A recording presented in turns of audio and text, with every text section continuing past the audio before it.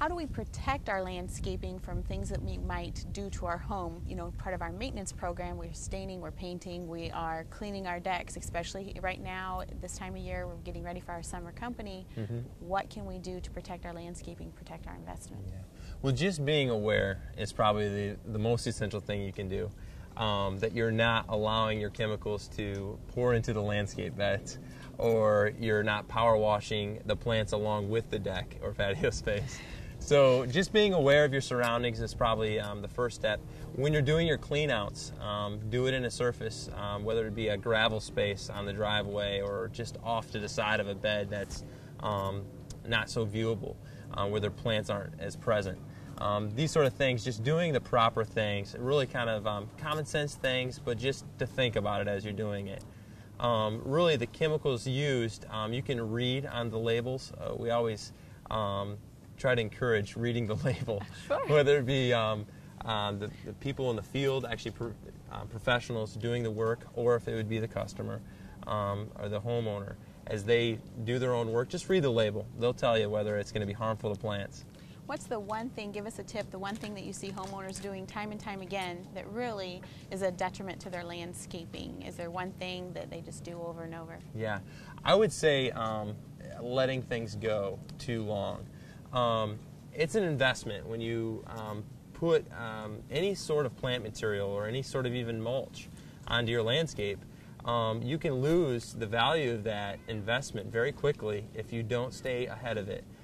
So we see the needs for regular weeding to be right up front. Don't let the weeds get so tall that they go to seed and produce hundreds of more weeds. Oh, sure. Or in addition to that, be aware of what weeds are better treated with chemical treatment rather than being pulled. You can, again, cultivate your weeds rather than take care of them by doing it improperly.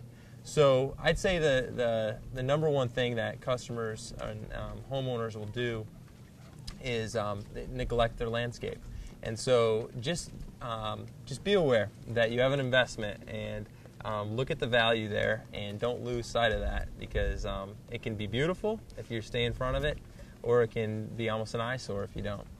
What can be a detriment to our landscape?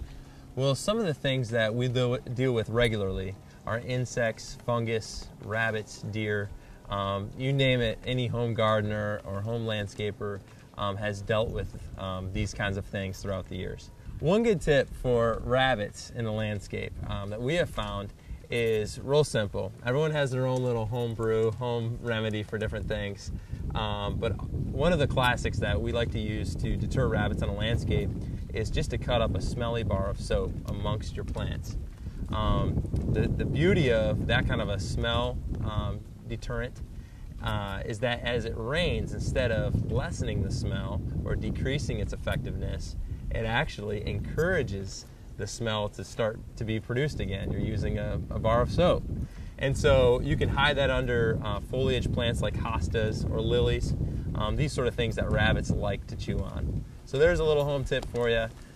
Give that a whirl. But there's all sorts of remedies to take care of deer and fungus and insects and various diseases. And these sort of things, again, I would suggest bringing in a professional that can help put on the right chemical application when necessary, the right kind of maybe biological soap that will break down insects as well.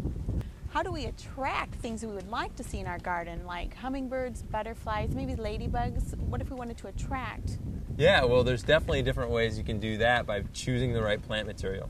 Some of the obvious ones that come to mind right away for butterflies, there's butterfly bushes. In their name comes the actual item they attract. Hummingbirds are attracted to various larger flowers, certain colors and bright colors of flowers. So there's definitely ways that you can choose the right plant material. Again, make sure they're a proven plant for the lake environment.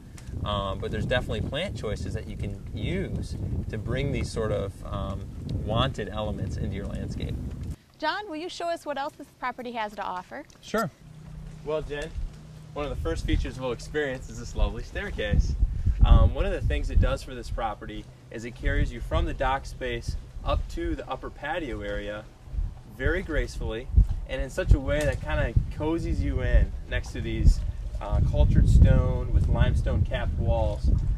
It also provides a very consistent step, a very safe step as well, all the way through from one area to the next. My favorite part of the stairway is that it blends beautifully with the architecture of this home. Well, with that said, let's experience it.